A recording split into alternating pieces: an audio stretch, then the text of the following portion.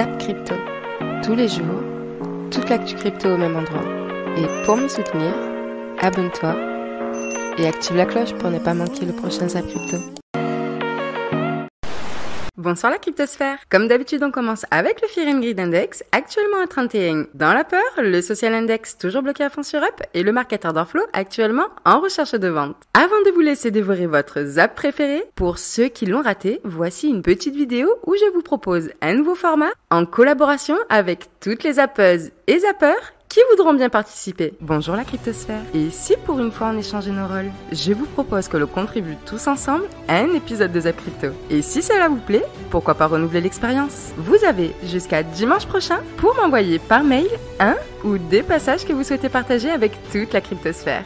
Pour cela, partagez-moi le lien de la vidéo ainsi que les timecodes de l'extrait. Attention, pas plus de 2 minutes 30. Et n'oubliez pas d'écrire un titre à votre passage. Pour que cela soit complet, envoyez-moi votre pseudo et une photo de profil. Ça va nous permettre de découvrir de nouveaux influenceurs crypto qui n'apparaissent pas forcément dans les apps quotidiens et renforcer ainsi l'aspect communautaire de la chaîne. Et dernier point positif, ça me fera moins de travail. Ou pas. La vidéo du Zap Crypto communautaire sortira le dimanche suivant, à condition qu'il y ait suffisamment d'extraits proposés. Êtes-vous prêts pour déferler sur la scène crypto francophone? Retrouve l'adresse mail en commentaire épinglé. Je compte sur vous. Le Zap, c'est nous. J'espère que cette idée vous plaît autant qu'à moi et que vous serez nombreux à participer au fil des semaines. Il me tarde tout simplement de découvrir votre Zap. Sur ce, je vous souhaite une excellente vidéo. C'était Zap Crypto. On a ici le pays indicator, donc il en existe deux, celui pour les tops et celui pour les bottoms. Aujourd'hui, on est sur un potentiel bottom, donc je vais vous présenter évidemment celui sur les bottoms. Comment fonctionne cet indicateur? C'est extrêmement simple. À chaque fois qu'on est proche d'un bottom, eh bien, on a la courbe blanche qui passe en dessous de la courbe verte. Et donc, on est sur un potentiel bottom. La zone ici devient verte, c'est une zone d'achat. C'est ce qu'on a eu ici en janvier 2015. La courbe blanche est passée sous la courbe verte. On l'a eu un petit peu plus tard ici en décembre 2018. La courbe blanche est passée sous la courbe verte. Et donc, à chaque fois, on a une zone verte qui s'est dessinée. Actuellement, eh bien, on a la même chose qui semble être en train de se dessiner. Vous voyez, la courbe blanche semble vouloir passer en dessous de la courbe verte. Au moment où je vous parle, ça n'est pas encore le cas, mais peut-être que d'ici la clôture de la semaine, dimanche prochain évidemment, eh bien, on aura cette fameuse clôture, cette fameuse cassure où la courbe blanche passera sous la verte. On dessinera une zone verte, ce qui veut dire que le Bitcoin sera sur un bon niveau d'achat, sur une zone de consolidation comme on a pu l'avoir ici en 2015, ici en 2018, on pourrait avoir le même scénario qui se dessine sur un range pour le Bitcoin entre 20 000 et 30 000 $. On aurait ici la courbe blanche qui clôture sous la verte, le potentiel point bas qui se dessine, voire même on l'a déjà touché, c'est pas impossible que le point bas ait déjà été touché à 17 000 $, et ensuite donc consolider un petit peu avant de repartir sur l'unité de temps weekly. Sur le daily, c'est plus aussi, on va le voir dans quelques instants, mais sur le weekly, on peut s'attendre à un range de 20 000 à 30 000 $ environ. Vu qu'on est dans une phase de retracement, généralement, le niveau moi, qui m'intéresse, c'est toujours 38,2. Là, il est vers les 37 000. Donc, c'est aussi un niveau qui m'intéresse pour ce retracement du Bitcoin actuel. Ce qu'il faut se dire, c'est qu'on n'est plus dans une dynamique baissière. C'est-à-dire que là, les creux ici, que vous voyez, les creux ascendants, enfin, logiquement, on aura des creux ascendants pour faire des sommets ascendants par la suite. C'est-à-dire que tous les dips qui vont se former vont être pas très très profonds, si jamais ça reste haussier, pour aller faire des sommets ascendants derrière, pour continuer de retracer justement. Parce que là, il y a eu un sacré changement au niveau de la dynamique. Ça fait très longtemps qu'on n'a pas eu une structure de marché aussi belle sur le Bitcoin. Donc là, on est vraiment sorti de cet environnement bearish. Après, je vous parle pas de bull market to the moon, retour to the moon. Déjà casser les 37, déjà casser 28, c'est compliqué. Si on casse 28, prochaine étape, c'est entre 32 et 37. Et là, vraiment, c'est une grosse zone où le marché pourrait se retourner. Et en gros, ce serait fini le retracement. Mais bon, on n'en est pas encore, ok ? Deux choses que je vais vous montrer. Premièrement, c'est sur Ishimoku. On voit qu'on est en train d'intégrer le Kumo avec la cassure du Kumo supérieure qui est à 25 000. Là, on retient bien 25 000. Nous avons une concordance. Concordance qui se trouve aussi en hebdomadaire avec le palier qui est en train de se former ici à 25 000. Donc là, on a quand même quelque chose, un appel fort. Alors en hebdomadaire, on est quand même très très loin d'une reprise haussière, on n'est plus sur un rebond pour faire un retest et faire une continuité baissière. Et pareil sur le daily, bon, tant qu'on n'a pas cassé le Kumo, tant que la LS n'a pas cassé le Kumo, bon, on n'est pas reparti à la hausse. Donc il faudrait break clairement les 25 000, avoir la LS qui break plus haut, donc c'est les 28 000, donc avoir une cassure en fait du volume ici qui se trouve entre 26 et 28 pour repartir à la hausse et aller chercher potentiellement ici les 40-45. Ce qui correspondrait d'ailleurs, je pense, alors je ne l'ai pas vérifié, mais ce qui correspondrait ici à aller chercher 32, 45 c'est ouf, 45, 43, 45 c'est ici, d'accord, c'est un traversé du Kumo pour aller chercher la plat du Kumo supérieur, pourquoi pas. Maintenant, faut pas s'exciter, encore une fois, je vous l'ai déjà expliqué 1000 fois, c'est pas parce qu'aujourd'hui ça pump que demain ça va pas descendre, d'accord, on reste calme dans son slip, hein, on ne regarde pas Canal+, on se dit coolos, on attend, que va-t-il se passer? Moi je dis, c'est mieux d'attendre fin de semaine. Pourquoi? Parce que fin de semaine, on sera passé au-dessus de la moyenne mobile 200.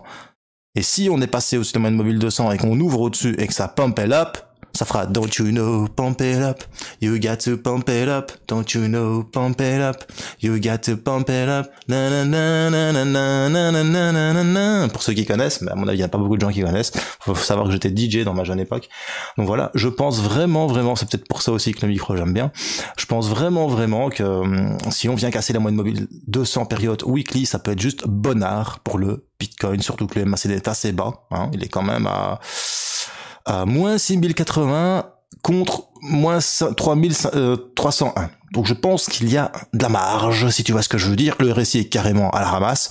Je pense que sur du weekly, le RSI comme ça fait un ultra buy qu'on l'a pas eu. Ouais, ça fait depuis 2014. Donc, comme on l'entend et on le voit, même si le bottom maintenant est connu à 17 000, on a tout le temps. Il va mettre quasiment 2 ans pour réatteindre statistiquement, hein, théoriquement, ces fameux 36 000 à 44 000 $. 2 ans. Donc dites-vous, vous avez 2 ans pour vous dire, je vais rentrer petit à petit dans le BTC, tranquillou bilou, je m'inquiète pas, on y va à la vitesse de l'escargot et tout se passe bien. C'est la théorie, d'accord? C'est les statistiques vues, d'accord? Donc voilà, l'anti-FOMO total. C'est pour cette raison que là maintenant, par exemple, c'est le bon moment d'acheter, d'accord? C'est le bon moment d'acheter, mais je le reprécise, c'est pas le moment d'acheter à 100%. C'est le moment de se dire, voilà, je peux accumuler pendant 6 mois, 1 an, 2 ans maintenant, sans me prendre la tête, sans m'ennuyer avec le prix du BTC, sans commencer à paniquer et avoir peur de louper le train. Parce que le train, oui, il se met en marche, mais comme un train à vapeur, comme un train de commerce, il commence tout doucement, d'accord? C'est pas une fusée le bazar, c'est pas genre propulsion, let's go, je démarre à la vitesse de fou. Non, d'accord? C'est on met les engrenages en route, on accumule petit à petit. Les gens sont désintéressés du BTC, ne veulent même plus en entendre parler parce que ils ont acheté là-bas en haut pour certains et on est là-bas en bas et ils disent mon Dieu, le BTC c'était une arnaque. Donc il faut une reprise légère de confiance, des réinvestissements qui arrivent de nouveau à redépasser les ventes qui se font, etc. Bref, vous avez compris, ça démarre lentement. Et là, de ce qu'on a vu, on a 2 ans devant nous pour redémarrer lentement et après la locomotive prendra son inertie et ira en vitesse de pointe et à ce moment-là vous savez que ça peut faire des folies. Ether rapidement, alors où est-ce qu'il est Ether il va être ici, hop, donc Ethereum, pareil la breakout très très bien, le premier arrêt d'Ether du mouvement précédent, pas du mouvement entier, il est environ vers 1900 $, donc c'est toujours un objectif qu'on peut se donner. Là, on a créé une petite bougie qui va mettre l'Ether dans un range pour les prochaines heures ou peut-être prochains jours. Donc tout simplement, c'est la bougie d'hier. Donc si on casse le plus bas, le plus bas de cette bougie, il y a un signe de retournement. Et là, il faudra peut-être s'attendre à un retour sur le point de cassure, donc vers les 1300 $ environ. Par contre, si on casse au nord, c'est que c'est bullish, on fait un nouveau sommet. Donc là, on se dirige vers les prochaines zones de stop qui sont ici. Donc au-dessus des 1009 et donc on pourrait venir chercher vers les 2200 $ par la suite. Ok. Tout ce qui est niveau momentum, etc., tout est positif sur Ethereum, il n'y a pas de problème, les volumes sont vraiment encourageants, il y a un volume acheteur croissant, un volume vendeur qui est décroissant, donc ça c'est très très bien, franchement c'est très encourageant sur Ethereum. Donc à surveiller ici, une petite pattern de retournement baissière qui pourrait se former. Si c'est le cas, on aurait probablement un retest ici du BNST, donc des EMA 9 et 18, 1380 $, voire 1280 $, donc cette zone ici qui serait à surveiller. Et d'ailleurs ce serait une zone potentiellement buy de dip si vous êtes acheteur d'ailleurs sur Ethereum. Le backtest, c'est quoi? Ça va être... donc c'est une méthode qui va consister à tester la pertinence de votre stratégie. Elle va permettre de générer un ensemble de données et elle va permettre de tester la performance de votre setup à travers plusieurs indications que vous pouvez trouver, que vous pouvez rajouter, comme, je sais pas, imaginons vous avez une stratégie et vous voulez vous poser la question, est-ce que pour du 3 pour 1, ça veut dire que vous risquez, on va dire, que vous faites 3 fois votre mise. C'est ça, hein, le 3 pour 1, oui, c'est 3 fois votre mise. Est-ce que sur un 3 pour 1, votre setup fonctionne?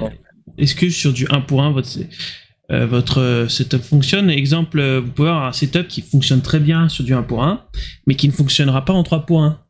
Et si vous n'arrivez pas à le quantifier ou à le mesurer, et ben vous allez vous dire, bah, si ça marche en 1 pour 1, pourquoi ma stratégie fonctionnerait pas en 3 pour 1? Et vous allez littéralement vous faire découper sur votre stratégie qui est pourtant gagnante sur du 1 pour 1. Donc on va regarder un peu tout ce qui est bien de rajouter et quels outils on peut utiliser pour faire un backtest qui est vraiment en soi très très important pour pouvoir tester votre stratégie. Donc là on a les différentes datas qu'on peut utiliser. Ça veut dire que vous avez on va prendre l'exemple de la time frame. Est-ce que votre setup fonctionne sur une time frame de 1 à 5 minutes ou plus sur du 1 heure, 4 heures? Ça dépendra un peu de ce que vous allez trade. Est-ce que vous allez trade des supports, des résistances? Parce qu'un support résistance est moins efficace en 1 minute que si vous le tradez en 1 heure. Donc il y a plein de paramètres qui vont être à prendre en compte et c'est là le plus important dans le backtest, c'est qu'il va falloir vraiment prendre en compte beaucoup de data, mais des data réfléchies, pas des data que vous sortez de votre chapeau. Voilà, donc aujourd'hui nous sommes en mode bull market. Hier nous étions déjà en mode bull market. Lundi on était en mode dépressif, mais ça c'est déjà oublié. Donc aujourd'hui on va partir du principe que l'inflation a fait son pic, que la récession ne passera pas par nous et que finalement tout a l'air de bien se passer puisque les choses sont moins pires. Les futurs sont carrément en hausse de 0,5% ce matin. L'Asie est en train d'exploser parce que tout semble aller pour le mieux dans le meilleur des mondes. En tout cas, on a cette capacité permanente et assez frappante en ce moment, un peu comme le montre cette photo à l'instant qui passe devant vos yeux, ce bear avec des cornes. Eh bien, finalement, on est dans un monde où on a la capacité de changer d'avis et de position à peu près toutes les 24 heures en fonction de ce qui nous tombe dessus. Donc, on va continuer à regarder tranquillement ce qui est en train de se passer. Du côté des news, on a le point important, c'est qu'on a la BCE qui devrait parler, je crois que c'est jeudi, pour rehausser ses taux de 0,5%. Et pourquoi c'est important, les gars ? Tout simplement parce que si la BCE augmente les taux d'intérêt, ça va redonner de la force à l'euro qui va donc être beaucoup plus puissant que le dollar, donc qui va favoriser la correction du dollar. Et n'oubliez pas, quand le dollar corrige, c'est toujours une bonne nouvelle pour les crypto-monnaies, pour le coup, pour toutes les assets à risque, puisque c'est contre le dollar qu'on fait les comparaisons. Juste pour finir, au niveau du consensus vis-à-vis des probabilités d'augmentation du taux au niveau de la Fed, on reste toujours sur 0,75 points de base au niveau du FOMC, donc 64%. Par contre, on a changé au niveau du fusil d'épaule, parce que peut-être qu'on veut un petit peu ralentir la ferveur des marchés financiers, notamment Wall Street, qui commence à être de plus en plus pressant, mais on a augmenté fortement à partir du mois de septembre. Donc soyez, encore une fois, extrêmement attentifs à ça. On peut avoir ce rallye d'été qui va être pricier, mais derrière, on prendra des profits. Et ils prendront des profits, parce que c'est pas bon au niveau du consensus, ce qui se passera à partir du mois de septembre. Je vous les ai retranscrits ici. Le consensus est passé de 2,75 à 3, de 3 à 3,25.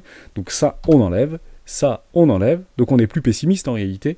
Et on va jusqu'à 3,50, me semble-t-il, 3,75. Voilà, et ça, on enlève. Ça, c'est le nouveau consensus. Soyez très, très vigilants par rapport à ça.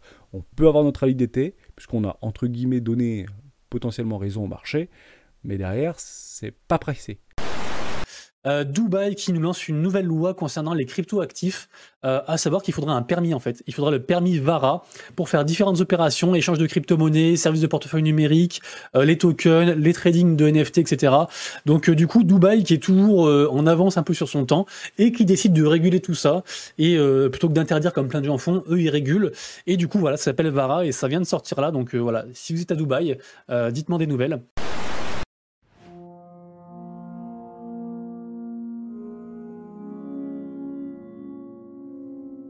Une bonne partie des bitcoiners fantasment sur ce que l'on appelle l'hyper-bitcoinisation. Pour faire court et simple, les bitcoiners partent du postulat suivant. Compte tenu du fait que Bitcoin est plus efficient que toutes les autres monnaies d'un point de vue vérification, portabilité, divisibilité, rareté et stockage, mais aussi car c'est un bien commun indépendant de tout gouvernement, ce n'est qu'une question de temps avant qu'il s'impose comme la monnaie et le moyen de paiement de référence sur toute la planète.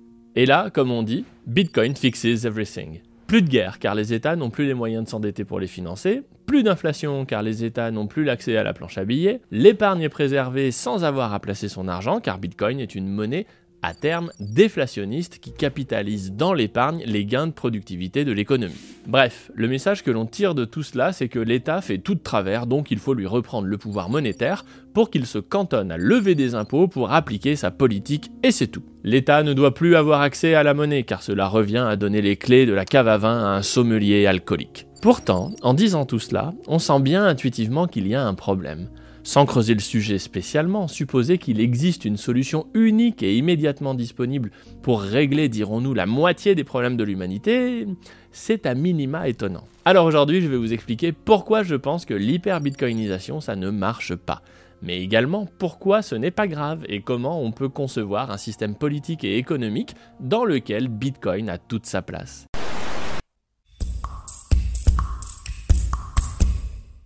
Si je vous demande quel est le max supply du BTC, ou en français, quelle est la quantité maximum de Bitcoin qu'il est possible de créer, normalement tout le monde me répond 21 millions de BTC au total. Et d'ailleurs, au moment du tournage de la vidéo, 19 millions de BTC ont déjà été créés.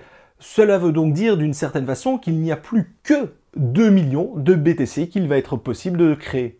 Mais chose intéressante, si je vous disais que sur ces 21 millions de BTC au total, un peu moins de 4 millions de BTC ont été perdus à tout jamais, notamment à cause d'erreurs de manipulation, d'envoi de Bitcoin sur une mauvaise adresse, ou tout simplement la personne a perdu accès à ses Bitcoins et donc à ses fonds. Eh bien oui, en fait, il y a un peu moins de 4 millions de BTC qui sont perdus à tout jamais. Cela veut donc dire que sur les 21 millions de BTC disponibles, il n'y en a déjà plus que 17 millions qui pourront réellement être mis en circulation et être échangés sur les places de marché. Mais alors vous allez me dire que 4 millions de BTC sur un total de 21 millions, ça reste quand même énorme. Et comment est-ce que cela est possible? Alors en fait c'est très simple, puisqu'à l'époque, quand Bitcoin est né et qu'il n'avait absolument aucune valeur, il était très facilement possible d'en obtenir en très grosse quantité. Sauf qu'à l'époque, comme il n'avait justement pas de valeur, les gens les stockaient sur des portefeuilles et je vous rappelle qu'à l'époque, c'était nettement plus difficilement accessible la crypto-monnaie que maintenant. Je veux dire, maintenant on a des wallets sur des smartphones, tout est extrêmement bien fait. À l'époque, tout se faisait pratiquement en ligne de commande ou alors avec des wallets sans aucune interface vraiment graphique. C'était quand même très compliqué de les utiliser. Et donc, il était très facile de perdre des centaines, voire des milliers de bitcoins. Ce qui explique comment on a pu arriver à un peu moins de 4 millions de BTC perdus sur la blockchain Bitcoin. Selon Reuters et leurs sources proches de Moscou, Gazprom devrait réactiver le gaz jeudi comme convenu après cette maintenance. La Russie a même affirmé que Gazprom était un fournisseur fiable. Alors ce qu'il faut reconnaître à la décharge de la Russie, c'est que lors des précédentes guerres, Seconde Guerre mondiale ou la guerre froide, la Russie a toujours honoré ses échanges commerciaux. Et là, on a peut-être une leçon, nous, Européens, à retenir, parce que on a quand même gelé les avoirs en euros à la banque centrale russe, alors qu'on doit payer nos achats en euros. C'est d'ailleurs à ce moment-là que la Russie nous a demandé de payer en roubles, puisque si ils ne peuvent plus rien faire des euros qu'on leur donne, alors à ce moment-là, autant leur donner du rouble. Et c'est à ce moment-là, effectivement, que nous, on a dit « Ah non, non, c'est hors de question, on ne paye pas en roubles ». Donc en réalité, on souhaitait les payer avec une monnaie qu'ils ne peuvent plus utiliser. Ça n'a pas de sens, et c'est à ce moment-là qu'ils ont dit « Écoutez, on va vous couper le gaz ». Alors, heureusement, ils l'ont pas fait, ils l'ont simplement réduit dans l'immédiat. Et là, nos dirigeants se sont tout de même inquiétés parce qu'ils se sont dit que les Russes étaient finalement peut-être comme eux et qu'ils allaient profiter de cette maintenance pour ne plus jamais réactiver le gaz. Donc, a priori, d'après certaines sources, ce n'est pas le cas. En tout cas, on aura une réponse beaucoup plus définitive le 21, voire le 22 juillet, c'est-à-dire d'ici cette fin de semaine. Alors, pourquoi aujourd'hui on va parler du biais de confirmation? Car selon moi, c'est le biais cognitif le plus dangereux et surtout le plus répandu dans le monde de la crypto-monnaie, dans la cryptosphère. C'est le biais cognitif qui pousse les gens à chercher les informations qui vont uniquement confirmer leur hypothèse ou leurs idées préconçues. C'est-à-dire que s'ils sont Bitcoin maximalistes, ils vont regarder du contenu, ils vont regarder des influenceurs, ils vont regarder des comptes Twitter qui vont uniquement les conforter dans leur choix d'être Bitcoin maximaliste. Ils vont jamais voir, entre guillemets, ce qu'on pourrait appeler la concurrence, ou en tout cas les personnes qui émettent des antithèses par rapport à eux. Et voilà, si on reste dans le monde de la crypto, ce biais de confirmation, moi je l'appellerais plutôt le biais du maximalisme. Parce que justement, ces gens qui sont enfermés dans une idée, ils sont enfermés dans un concept sans jamais le remettre en cause. En crypto, on appelle ça un maxi. Alors, pour ajouter quand même quelques nuances à mes propos, on peut quand même être investi majoritairement sur une crypto sans être un maximaliste. On peut quand même aimer un projet sans être un maximaliste et on peut quand même se focus sur une idée ou sur une thèse d'investissement sans être maximaliste. Puisque bien évidemment, en ayant une analyse un petit peu plus froide, un petit peu plus réfléchie, basée sur des datas, sur des données neutres, on peut se dire que à l'instant T, il faut plutôt être investi sur une seule crypto-monnaie, suivre uniquement une thèse d'investissement, sans être pour autant maximaliste. Mais bon, de toute façon, on est dans le monde de la crypto. Quand on aime beaucoup un projet, quand on investit majoritairement sur un projet, on va tout de suite être qualifié de maximaliste. Donc du coup, dans cette vidéo, je vous propose de diviser les maximalistes en deux groupes où d'un côté, il y aura le maximaliste, je l'appelle entre guillemets réfléchi, et de l'autre côté, il va y avoir le maximaliste amoureux. On se rend compte qu'il y a plein d'entreprises qui cherchent à recruter, qui ne retrouvent pas les talents pour pouvoir avancer sur des projets Web3. Et moi, quand je parle, même dans mon entourage, j'ai un fort réseau dans le numérique et les gens n'osent pas candidater sur des postes qui sont liés au Web3 parce qu'ils disent qu'ils n'y connaissent rien. Et en fait, ce que je voudrais dire, c'est que c'est pas un problème parce qu'en fait, les compétences, elles évoluent et elles sont aussi transférables en fait dans un autre environnement. Si vous êtes UI designer, vous pouvez très bien faire des interfaces pour des entreprises dans Web3, ça change rien. Après, effectivement, oui, faut quand même se documenter un peu, faut savoir de quoi on parle, faut connaître le jargon, etc. Mais après, ça vient aussi avec la passion et l'envie d'évoluer dans le secteur d'activité. Je pense que le conseil le plus important et qui se retranscrit un peu dans ce que je viens de vous dire, c'est qu'il vous faut une culture de ce que c'est une entreprise. Si vous ne savez pas ce que c'est une entreprise, si vous ne savez pas comment fonctionne le financement des entreprises à l'origine, des startups, vous ne pouvez même pas vérifier quels fonds ont investi dedans. Parce que parfois, le token est émis après que Animoca, Xange... je ne sais pas moi, un grand fonds est investi dans l'entreprise. C'est déjà un peu plus un gage du fait que c'est un projet qui intéresse, c'est un projet qui va attirer d'autres investisseurs et donc à minima, il y a eu des validations légales et vous pouvez vous en sortir à un moment donné, vous pourrez sortir. Enfin voilà, c'est un gage. Donc, mais à l'origine, en fait, c'est marrant parce qu'on est sur un paradoxe. C'est-à-dire que je vous dis de ne pas faire confiance et en même temps, on est obligé de faire confiance. Donc, essayez juste de limiter au maximum le nombre de fois où vous avez besoin de faire confiance parce qu'on est quand même obligé de le faire un petit peu. C'est juste pas possible de tout savoir. Et puis après, prenez le risque, mettez un tout petit peu d'argent et vous verrez ensuite si vous en mettez plus en connaissant mieux le sujet, en voyant si ça fonctionne. Il y a Coin Journal aussi qui nous dit Bitcoin au Paraguay, dernière ligne droite avant l'adoption d'un cadre crypto-friendly.